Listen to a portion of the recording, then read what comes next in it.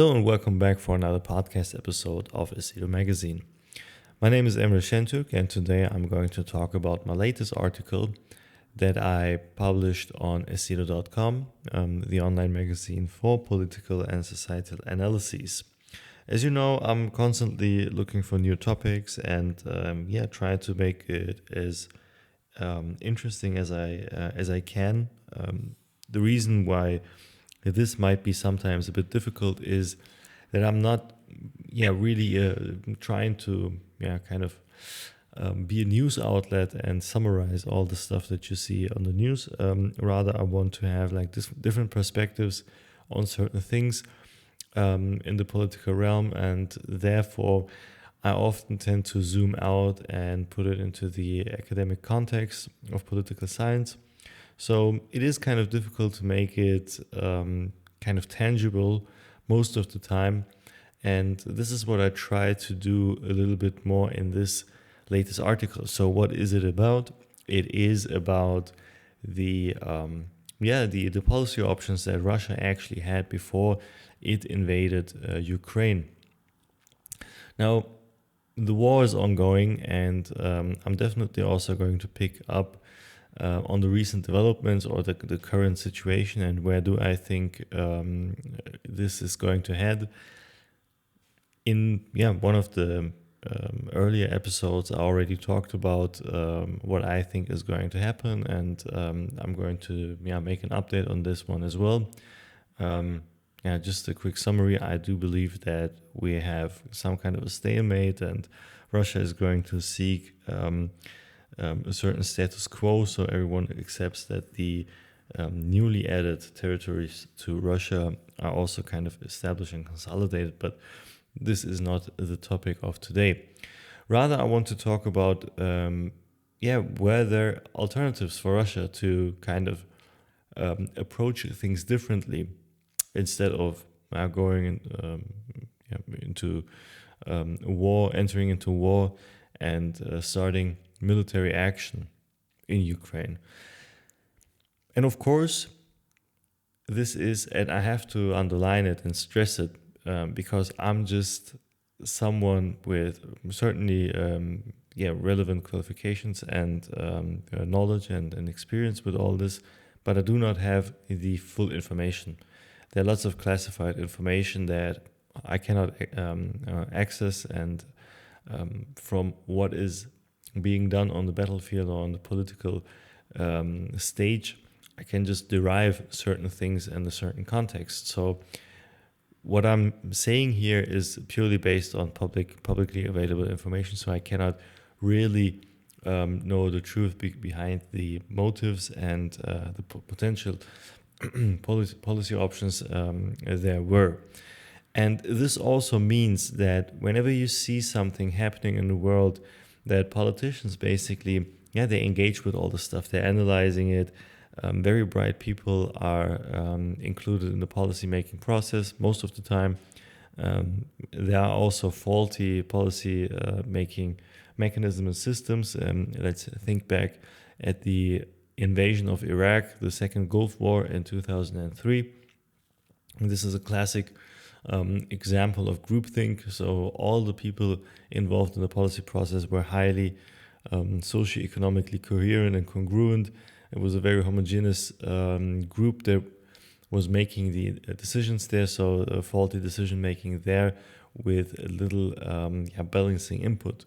In most other systems, this is not the case, and even in such homogeneous groups and policy-making processes, when we think about very far-reaching decisions like war and these kind of things, we can expect a certain level of political professionalism to be present there.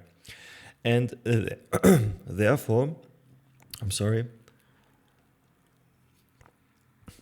obviously, we need to acknowledge that. And when we analyze it, when we analyze the decision to go to war with Ukraine, we can see that the decision came pretty close to what actually Russia wanted to achieve. In this article, I start off with the political context. It is very important that we dive into that.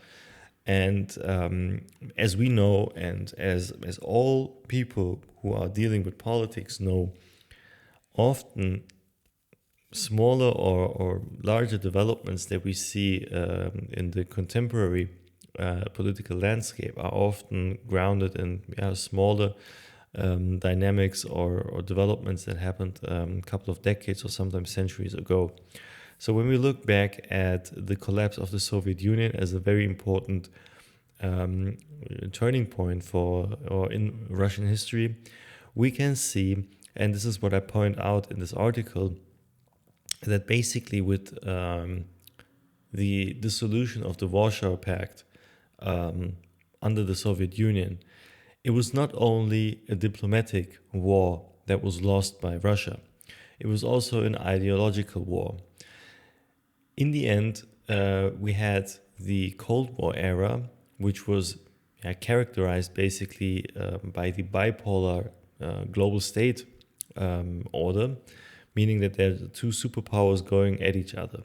So at some point, obviously, we have the spillover effect that we are not only talking about political power any longer, or economic power as well, but also about normative power. So in the Cold War era, the Eastern Bloc around the Soviet Union and the Western Bloc around the United States of America built their alliances around NATO, the North Atlantic Treaty Organization. It's a defense alliance where all members are basically obliged to help each other out in case of foreign aggression. And on the other side, we have the Soviet Union, similarly structured around the Warsaw Pact. It's kind of the counterweight to NATO. And even though this is something political and an alliance that is towards the defense mechanisms, or oriented towards the defense mechanisms of those nations, over the years, a very strong ideological component came to the forefront, because the split between the East and the West was basically also the idea that socialism is more successful, or could be more successful in the East, and vice versa, we have the capitalist idea in the West. So after the collapse, obviously, Russia, basically was also ideologically defeated, meaning that it was a very strong point for the United States and NATO nations to attract more members, but also for the case of capitalism, because as we all know, after that we switched from a bipolar international state system into a unipolar international state system, and everyone wanted to participate. A lot of countries became capitalist, and they are actually much better off, obviously. But the defeat alone was not enough for NATO, and this is where the problems come in from for Russia. Obviously, economically weakened, politically humiliated, basically, and ideologically devastated, Russia needed some time to get back on its feet. But in the meantime, NATO was not satisfied with just defeating or winning defeating Russia or winning this competition, but they really wanted to crush the enemy, because Russia was perceived as an enemy, and nobody wanted to give Russia the chance to get back to the old power. It's similar to Germany's collapse.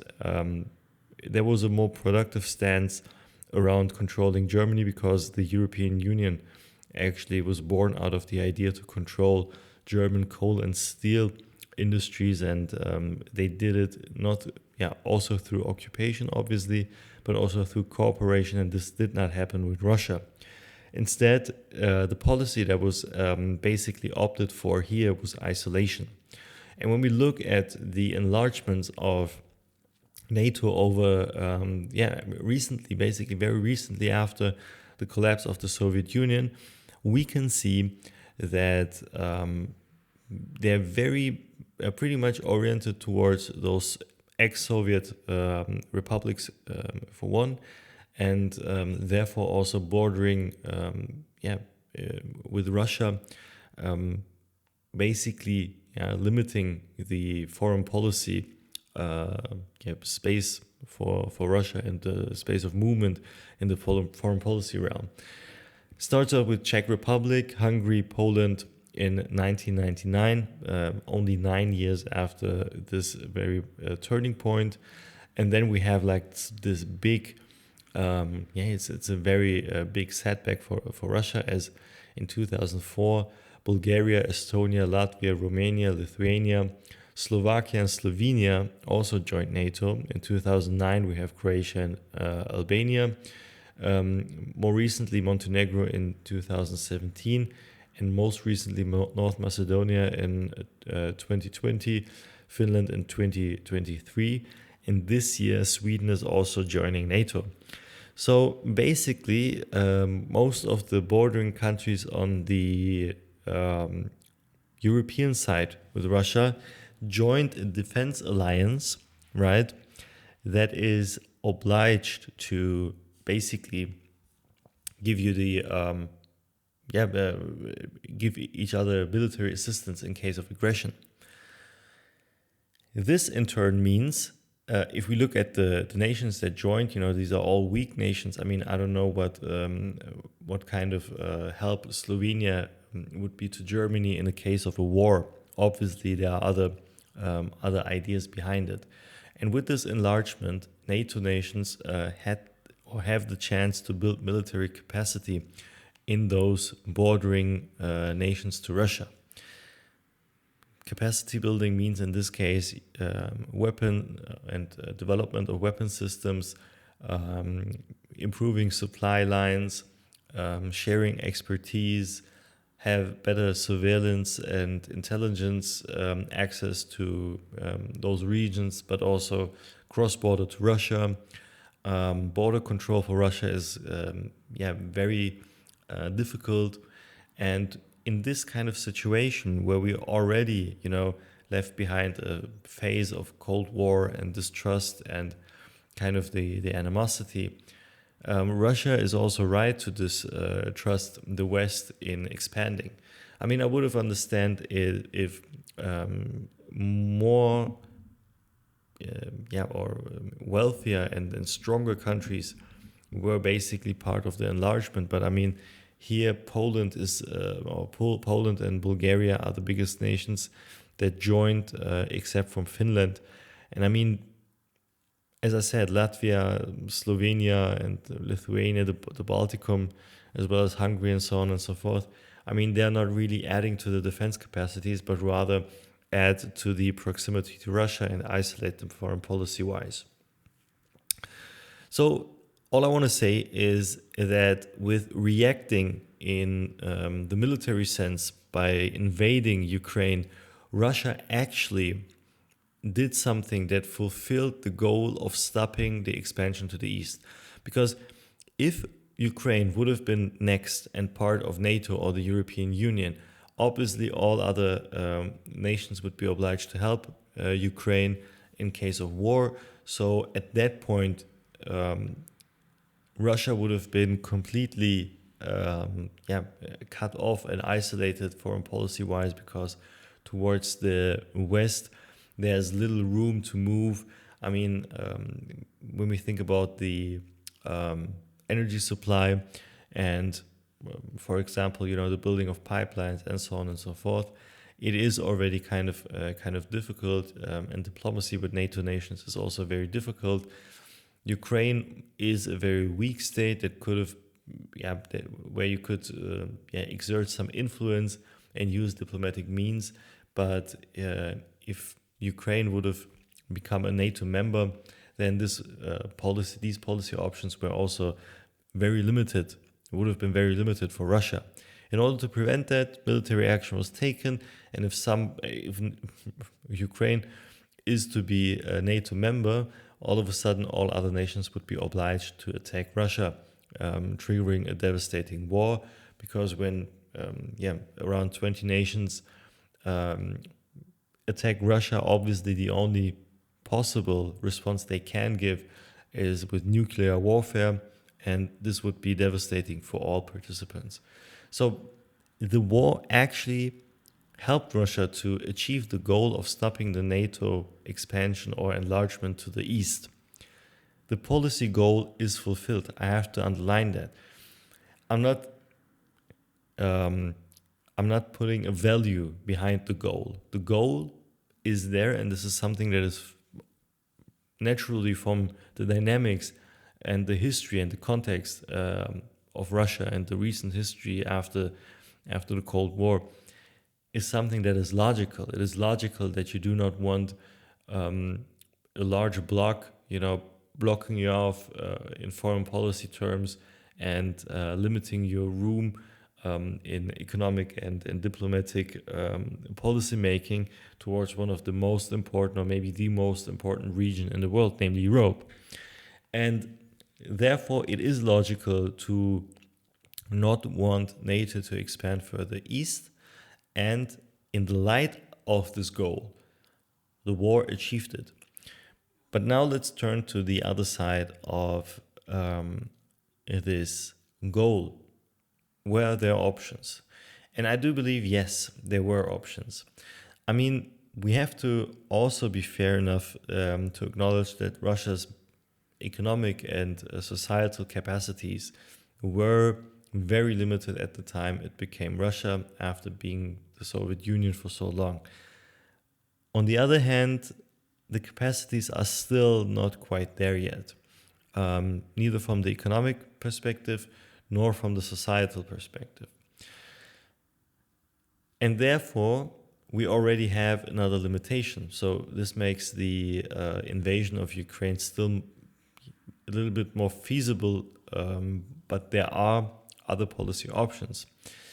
So the idea of stopping NATO expanding east would mean that and if these are going to be non-violent means to do that, are purely based on the idea of convincing NATO or important members within NATO that such an expansion is actually bad. And in order to do that, you need to have like kind of the diplomatic basis, to enter into talks and kind of dismantle the environment of distrust that has been around for so long. And in order to do that, obviously you have to convince other nations, but you cannot convince politicians. That's not possible. You are more or less on eye level. Everybody knows what is going on when they are talking to each other. It's very interesting actually when diplomats and heads of governments talk to each other. They know what is going on. They know about the motives and the goals and the ideas of the counterpart. Everybody knows about the interests of the other. And therefore, negotiations are very difficult on that level. It is actually playing with open cards, but pretending not playing with open cards. It is very strange. So in order to give you an example, what can we think about? Yeah, if for example, after Brexit, the United Kingdom, the politicians, the Prime Minister of United Kingdom at that time, I mean, they switched so many, they changed the office so often that I don't remember who was exactly in charge, but basically the Prime Minister, whoever it was at that time, or the Prime Ministers, went around the world and tried to negotiate new trading terms and enter into free trade agreements with certain nations and other economic areas. And this means that when the Prime Minister goes there, the other head of government knows exactly what's going on. They want to get the best rate and the best, in the best case, no tariffs for England. They know it, and accordingly they are negotiating, and they can get concessions from the United Kingdom. And because they know it, it's very difficult for the United Kingdom to negotiate in the situation, because they basically know what they're here for and the situation, and back against the wall and so on and so forth. So it's pretty much with open cards. And the same goes also for Russia. So if Russia would have gone into Europe and talked to politicians and say, hey, well, we don't really like the idea of you expanding east. Don't worry about nothing. We're not going to attack anyone or kind of harm your interests and so on and so forth. And actually, Russia did that. The European politicians are not really buying that. It means the same thing. Russia's back is against the wall. They have a problem. They try to talk it out, but there's nothing in for Europe not doing that, or the NATO nations at least. There's nothing in it. If you have to choose between making business with Europe and Russia, obviously you would go for Europe. It's the volume is much greater. It's much safer, and it's also more on a common ground of cultural understanding. That Russians do not have due to being isolated from the European society for so long, and never really being that much integrated into it. It's similar to Turkey, always around and next to Europe, but not really part of it. Also doesn't want to be part of it culturally and societally, which is good, which I completely understand and support also.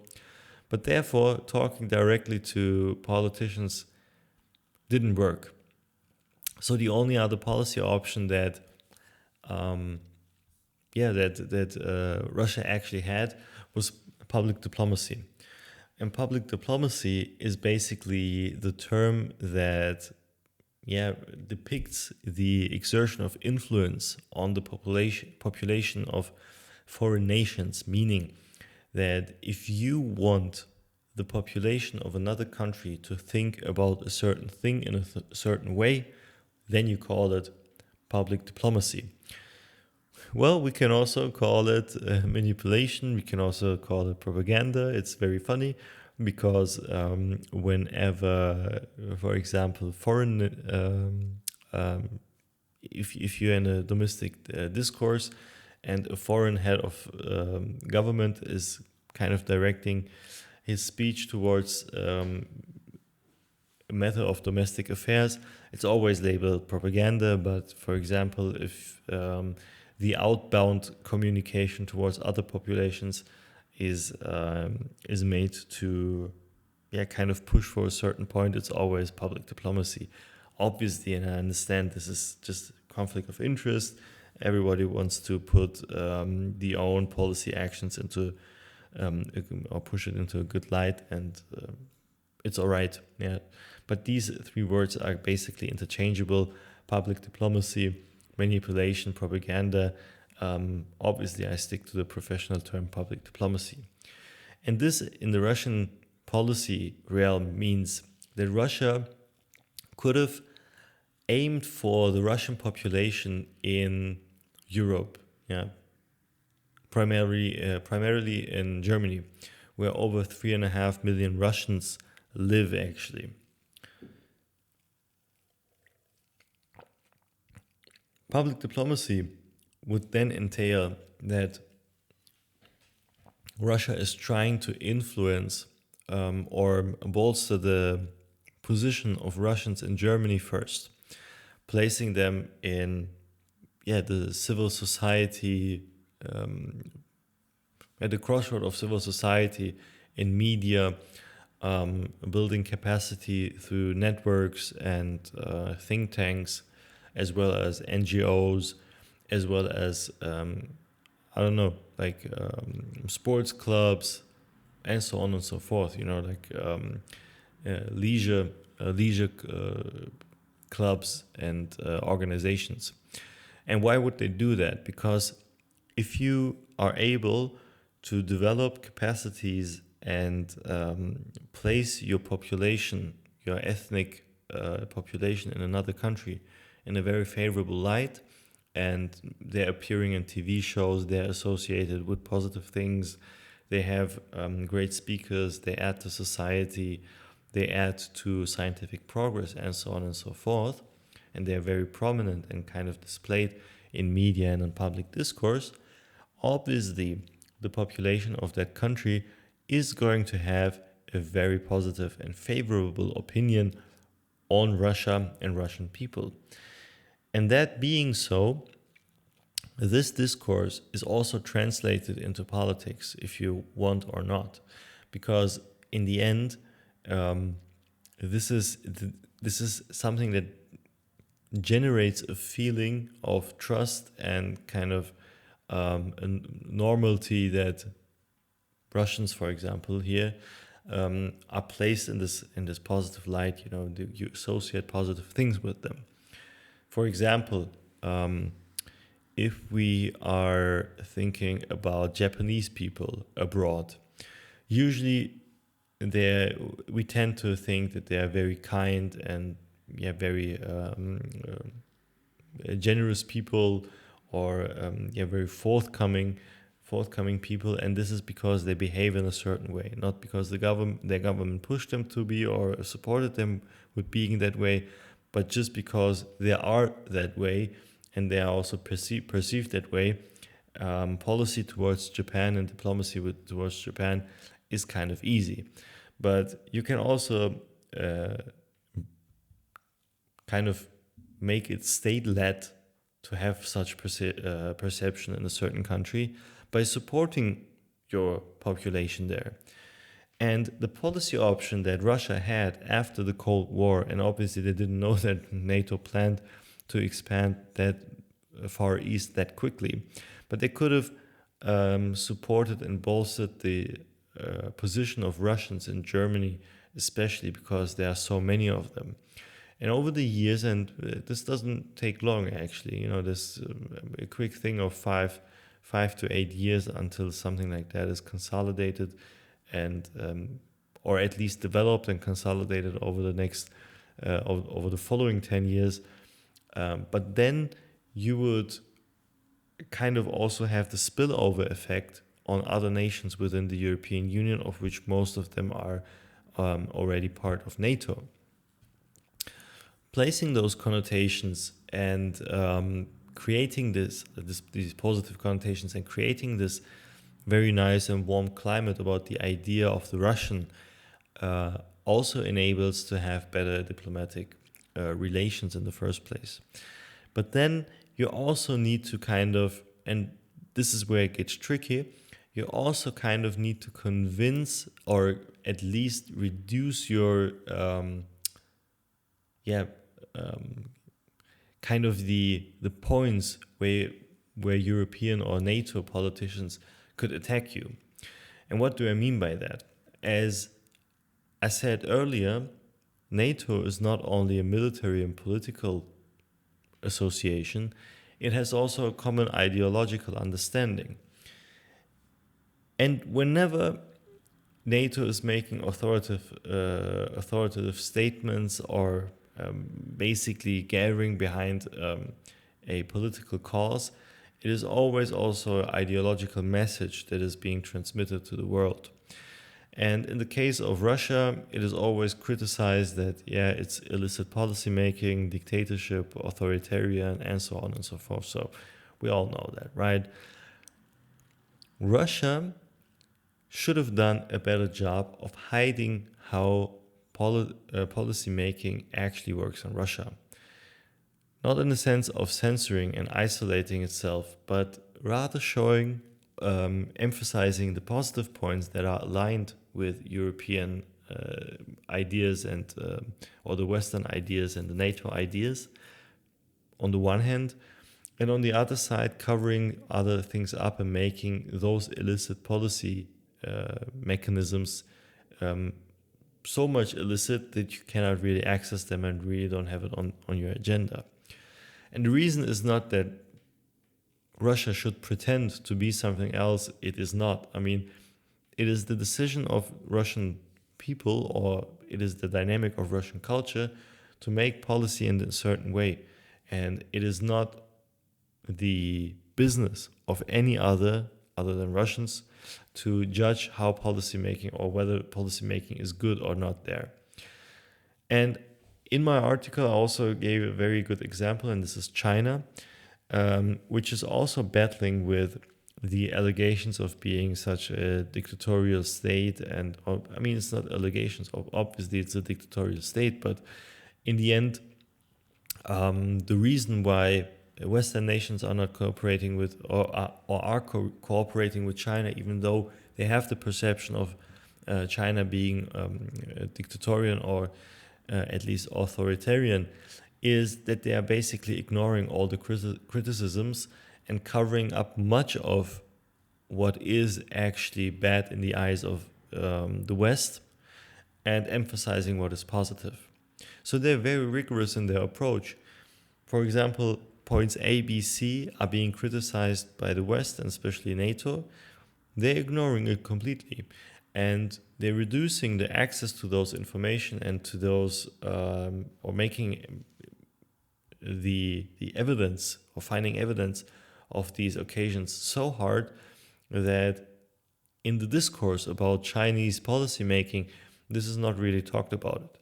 So when we think about China, we know, yeah, well, it's kind of a dictatorship or very authoritarian, state-led, etc., etc. But we do not have really the example or very tangible results or evidence that it is that way. And in public discourse, we also do not have those this talk. We just have the idea about it, and that is still okay for the West to make business with China, and Russia could have done the same thing. But in Russia, we have very tangible results because there are oligarchs on their yachts in European harbors. There are oligarchs that are buying football clubs in Europe. This is very tangible. I mean, the way Russian businessmen behave in Europe, or behaved at least before all that happened, is actually very tangible for the populations, and it just is very bad for the reputation of Russia. Before I talked about influencing the public opinion in a positive way, but this is the other way around. And politicians know that, and they know the sentiment of European people towards Russia in those occasions, and therefore the diplomatic field is not very fruitful for Russia. And this should have been managed much better. It's not like the oligarchy in Russia should have been dismantled. I mean, it works, for example, in the United States as well. But it should have been a bit more digestible for the diplomatic stage, especially towards NATO. And Russia wasn't able to do that, and that would have been another supportive policy action that could have prevented, or at least mitigated the effects of NATO expansion policy. But within a negative climate, where Russia and Russians were already not really perceived in a overly positive way in Europe, and especially in the NATO nations, plus the way the policy making works in Russia, there was no really the chance to apply diplomatic tactics and expect NATO to react on that. There is also a bit more an aggressive way that Russia could have acted, and this is to also place military bases in bordering nations. But I mean, as we know how Western societies work, they always see what they want, and if somebody applies the same tactic, it's overly bad, and the own actions are completely ignored. So the reaction would have been a more drastic approach to the East. And I understand that Russia always tried to, be kind of diplomatic about the expansions to the East first, but it did not help because on the other side, the public diplomacy efforts were not enough. Ideally, Russia could have influenced European public opinion to such a degree that it would have, there would have resistance against any actions taken against Russia, for example. But this is very difficult to achieve and takes a lot of time, a lot of economic resources, a lot of societal resources, but it's much more sustainable. And on the other side, even if NATO is expanding or was to expand further east within such a pro-Russian climate within Europe, the Russians there and also the domestic populations, the indigenous populations of Europe would have basically also stood up against such diplomatic efforts. So you can really, once you are basically, and I'm using this word because it's kind of what it is, if you are able to infiltrate a foreign nation's population and kind of give them the opinions or make them think about certain topics the way you want them to think, this is a very powerful tool, because once something happens, you can always turn back to those populations and kind of trigger counter movements. And once this political pressure is in place, the results are much more in your favor and the negative effects are mitigated. But if you want a hard mechanic result, obviously the invasion was the way to go. I mean, in the case of Ukraine, because it is a very weak political and obviously very corrupt political system, that and there were reasons why Ukraine was never in NATO and the European Union, it is still kind of acceptable to a certain degree. The whole resistance of the West against Russia on the matter of Ukraine is just a purely tactical and strategic one, not an ideological one. And that is very important. So if the same was the case with Georgia, where there's not really there wasn't really the pushback from the international community, at least not in the physical sense. But if Poland or the Baltic states or Bulgaria, for example, would have been, or Romania, would have been targeted by Russia a couple of years ago in order to stop the NATO expansion, obviously before those nations joined NATO, the reaction would have been completely different, because those nations, maybe not Bulgaria or Romania, but at least the Baltic states and Poland, because those nations are, first of all, way too close to the core nations of Europe, first of all, and then second of all, the history and the support and the societal setup is too close to European culture, and is too kind of intertwined with the idea of Europeanism, that the West could have been kind of neutral, or had adopted a neutral stance or more passive stance on this matter. So it is kind of tricky, and or within the available information, or kind of the window of available information, I think Russia may have adopted a route that is least harmful to their interests and to their goals, potentially. But as I said, there are basically other policy options, and those policy options, or there were policy options, and those policy options were basically centered around societal manipulation, as I said, public diplomacy, and kind of infiltrating or making the ideational warfare in order to influence the opinion and perception of Europeans of Russians.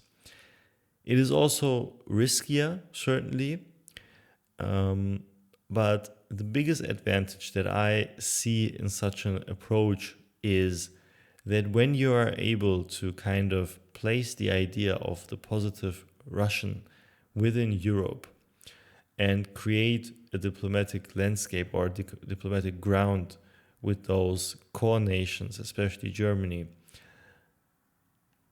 then obviously you can also you get also more concessions from that side in diplomatic talks. But on the other side, let's suppose it does not work. What you do then? Then you still have the opportunity or the policy option to invade Ukraine as it happened. And this is the biggest advantage of trying those things first before resorting to violence.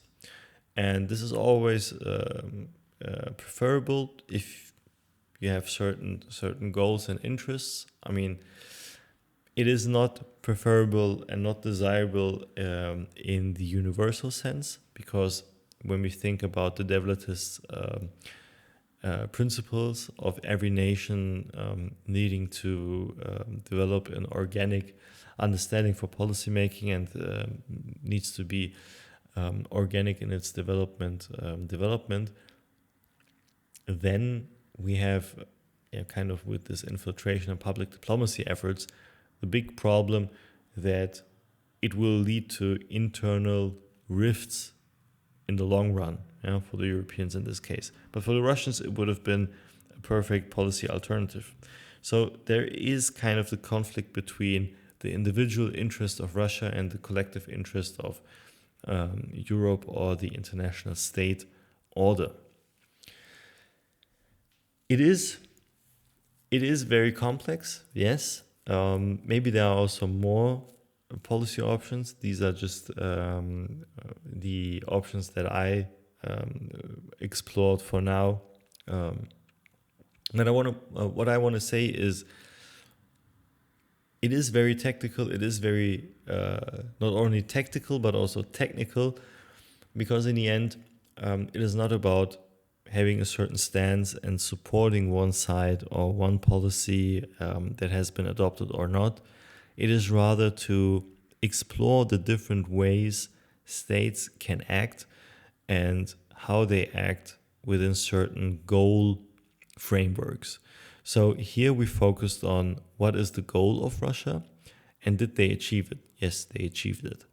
This does not mean that what they did is good. And this does not mean that this is good for the collective international state interest. This does not mean, this only means that it is good for Russia in terms of this specific goal. If the goals of Russia would have been different, then this might also be a very destructive way and not in the interest of Russia.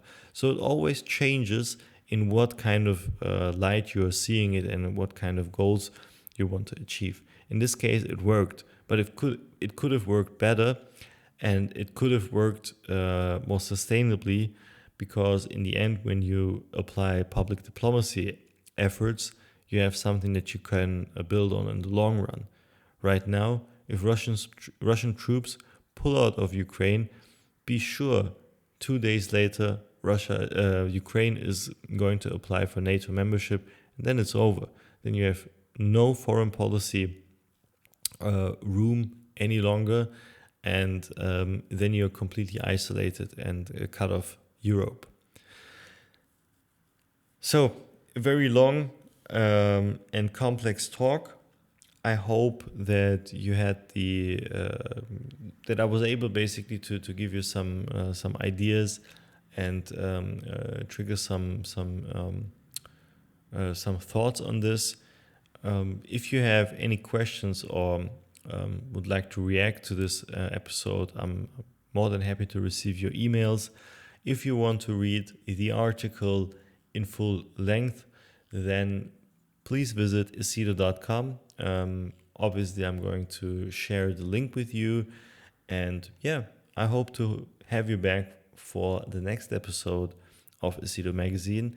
And of course, while we're on the topic, if you have interest in a certain topic that I should treat, either in this podcast or also as an article, please let me know. I'm always happy to have those inputs. I always like the inspiration that is coming from you, and therefore I would be more than happy to have some topic suggestions. Thank you very much, and hear you next time for Asido Magazine. So take care and bye.